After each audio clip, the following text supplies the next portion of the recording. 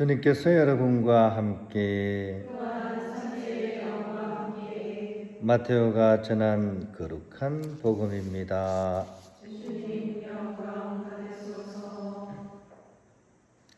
그때 예수님께서 12제자를 가까이 부르시고 그들에게 더러운 영들에 대한 권한을 주시어 그것들을 쫓아내고 병자와 허약한 이들을 모두 고쳐주게 하셨다. 12 사도의 이름은 이러하다. 베드로라고 하는 시몬을 비롯하여 그의 동생 안드레아, 제베데오의 아들 야고보와 그의 동생 요한, 필립보와 바르톨로메오, 토마스와 세리 마테오, 알페오의 아들 야고보와 타데오, 열혈당원 시몬, 그리고 예수님을 팔아넘긴 유다 이스카리옷이다. 예수님께서 이 12사람을 보내시며 이렇게 분부하셨다. 다른 민족들에게 가는 길로 가지 말고 사마리아인들의 고을에도 들어가지 마라. 이스라엘 집안의 길 잃은 양들에게 가라. 가서 하늘나라가 가까이 왔다 하고 선포하여라. 주님의 말씀입니다.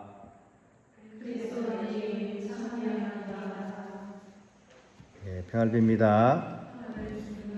이제 장마 기간이 이제 본격적으로 이제 시작됩니다. 그죠? 조심해야 되죠. 그죠? 뭐를 조심해야 됩니까? 습하니까, 습기가 많아지니까 곰팡이가 피죠. 그죠? 그죠? 우리 마음에도 곰팡이가 필 수 있죠. 그죠? 그래서 곰팡이가 피지 않도록 조심해야 됩니다. 그래서 다들 꺼내세요. 자, 이렇게 손에 탁 들고 막 흔들어 봐요. 이렇게 막 흔들어 보세요. 두 사람밖에 안 흔드네. 같이 흔들어야 막 되는데 막 흔들어. 이게 뭡니까 이게? 그죠? 팡이죠. 팡이죠. 자, 막 흔들어야, 더 흔들어야 돼. 잘 섞여야 됩니다. 우리 옆에 계신 수녀님 마음에다가 싹 뿌려드릴 거예요. 자, 잠깐만. 또 눈에다 뿌리고 그러면 장난치면 안 돼요. 잘 흔들어서 마음에다가 잘 뿌려드려야 되거든요. 이 장마 기간을. 그죠? 자, 시작. 자기한테도 뿌리고 자기한테 뽀송뽀송 살아야 됩니다. 그죠? 장마 기간에 또 이렇게 비 피해가 없기를 또한 우리가 함께 기도드리면 좋겠습니다. 이 얘기 하려고 한 게 아닌데 그죠? 오늘 이 복음 말씀이 사실은 이 사도 파견 복음이잖아요. 그죠? 예수님께서 제자들을 파견하십니다. 근데 이제 오늘 복음에는 정확하게는 나와 있지 않지만 이 다른 복음에는 파견하는 장면이 꼭 여행을 보내는 것 같아요. 그죠? 여행, 뭡니까? 나그네 려자, 단일 행자. 나그네처럼 막 다니도록 이렇게 파견을 하시는 거예요. 근데 이 여행은 일반적인 그런 여행이 아니라, 목적이 있는 여행입니다. 목적이 없는 여행을 뭐라 그럽니까? 방랑이라 그러죠. 그죠? 방랑. 근데 이거는 목적이 있는 여행입니다. 즉 하느님 나라를 선포하고 또 사람들을 이렇게 치유하라는 그런 분명한 사명을 지닌 여행. 그래서 이 목적이 있는 여행이 있기 때문에 제자들이 중간에 옆으로 새거나 또 길을 잃거나 하지 않고 목적을 이루고서 이렇게 집으로 돌아오는 그런 모습을 우리는 복음을 통해서 볼 수가 있습니다. 이 춘천교회에 아주 인기 있는 스님이 아니고 인기 있는 신부님이 계시더라고요. 백왕화 신부님이라고 혹시 아시는지 모르겠습니다. 저는 잘 몰랐는데 남들이 하도 유명하다 그러니까 이제 한번 봤어요. 그런데 이제 아주 이렇게 재미있게 이렇게 하시고 또 글도 잘 쓰시고, 그런데 이제 그분의 부모님이 아주 이렇게 독실한 신앙인이셨다고 이렇게 얘기하더라고요. 그 얘기하시는 거 이렇게 보니까 이제 구교 집안인 거죠. 그러니까 옛날에 이제 신앙인으로서 막 이렇게 옹기구워 팔던 그런 교우 집안에 두 분이 이제 혼인을 하신 거잖아요. 그러니까 이제 그런 가운데서 이제 가정 생활을 했으니까 집에는 신앙 생활이 아주 중요한 것이었겠죠. 본당에 이제 큰 행사가 있을 때는 그 알랜드 신부님이셨는데 복사봉사가 필요하면 학교에 공부하고 있더라도 신부님이 막 호출을 했대요. 자기 형님하고 저하고 이제 같이 가가지고 이제 막 복사를 막 이렇게 쓰셨다고 합니다. 근데 부모님들이 단 한 번도 신부님한테 왜 우리 아이 공부해야 되는데 데리고 갑니까? 이런 얘기를 한 번도 안 하셨대요. 항의하시지 않으셨다 그래요. 요즘 같으면 택도 없는 소리죠, 그죠? 아이 공부가 중요한데.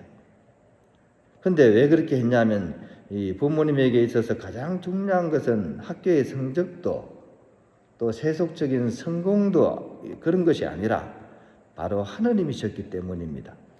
삶의 중심이 분명했던 거죠. 이것을 절대주의라고 합니다. 절대주의. 그죠? 절대라는 말을 절대 써서는 안 되지만 오직 한 번하게만 쓸 수 있죠. 하느님에 대해서 쓸 수 있는 단어. 그게 바로 절대입니다. 그죠? 이 부모님은 신앙에 관한 하는 절대주의 신앙을 가졌던 거죠. 그런데 오늘날 우리가 살아가는 이 시대는 거기에 반대되는 측면이 강하죠. 상대주의 시대입니다. 그죠? 절대적인 기준은 이제 없습니다. 상황에 따라 모든 것이 쉽게 바뀝니다. 신앙도 예외가 아니죠. 그죠? 사람들한테 성당에 왜 나오는지 이렇게 앙케이트 조사를 해보면 거의 90% 가까이가 똑같은 얘기 하죠. 마음의 평화를 얻기 위해서 성당에 다닙니다. 그죠? 당연하고 맞는 말이죠. 그죠? 그 마음의 평화를 얻기 위해서 정말 성당에 다니는 건 정말 좋은 이유이기도 합니다. 그죠? 하지만 공동체 안에서 사람에게 상처를 받고 또 신부님이나 수녀님한테 크게 실망을 하고 마음이 편하지 않게 되면 어떻게 됩니까? 신앙생활이 흔들리는 거죠. 왜? 마음의 평화를 얻기 위해서 왔거든요. 근데 성당에서 그걸 못 누리게 되면 흔들리는 거죠. 평화가 사라지면 신앙도 함께 흔들립니다. 삼회도 마찬가지입니다. 그죠? 삼회에 막 이렇게 서약까지 하고 오셔가지고 처음에는 이렇게 참 서약 생활을 하면서 마음의 평화를 얻기 위해서 이렇게 했는데 좀 다니다 보면 그게 아니죠. 그죠? 나는 진짜 헌신하겠다고 해가지고 삼회에 왔는데 같이 활동하는 형제자매들은 나를 헌신짝 취급하더라. 흥칫뿡이다. 흥칫뿡. 그죠? 내가 가만히 있으니까 가만떼기로 보이나? 이러면서 이제 다음부터 이제 안 나옵니다. 그죠? 수도 생활도 마찬가지 아닙니까? 그죠? 조용하고, 그죠? 편안하고. 처음에 그게 마음에 들잖아요. 그죠? 개미 발걸음 소리까지 들리잖아요. 그죠? 개미 기침하는 소리도 막 들립니다. 그죠? 근데 그걸 기대하면서 이제 여기 와서 이제 살다 보면 인의 어려움이 찾아옵니다. 그죠?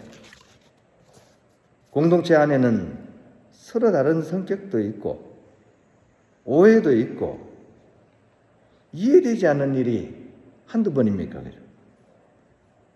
그런 순간마다 처음의 목적이 무엇이었는지가 우리에게는 이제 드러나게 되는 거죠.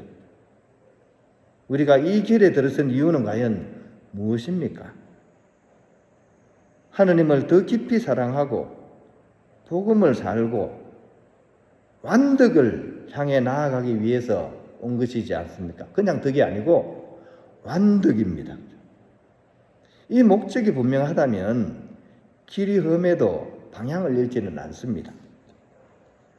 며칠 전에 이제 고향에 친한 친구가 와서 부채길로 이렇게 안내해서 이제 부채길을 좀 걸었습니다. 걷다 보니까 거기 해시계가 있더라고요. 해시계, 그죠? 이렇게 뭔가를 이렇게 해를 통해 가지고 시간을 알려주는. 그런데 해시계 그 끄트머리가 거기 적혀 있기로는 북극성을 향해 있대. 북극성, 그죠? 즉 북극성이 중요한 거죠. 북극성을 바라보면서 항해하는 배는 파도가 아무리 높아도 결국 목적지를 향해서 나아갑니다.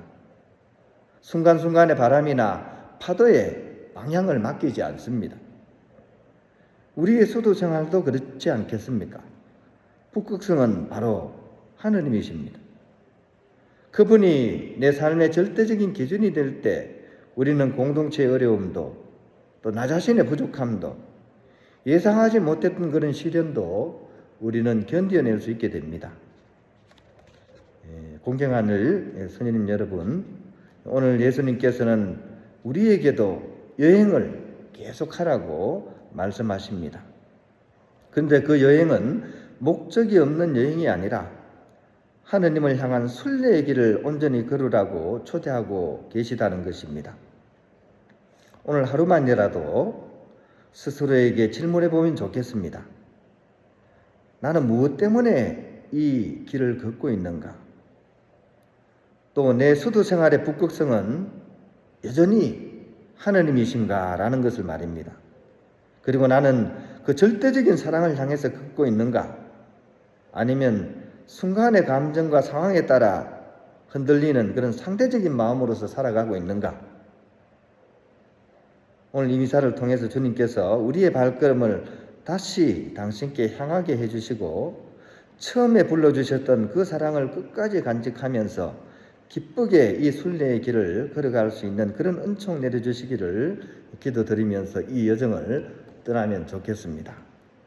푸른 언덕에 배낭을 메고 황금빛, 그런데 가사가 생각이 안 납니다.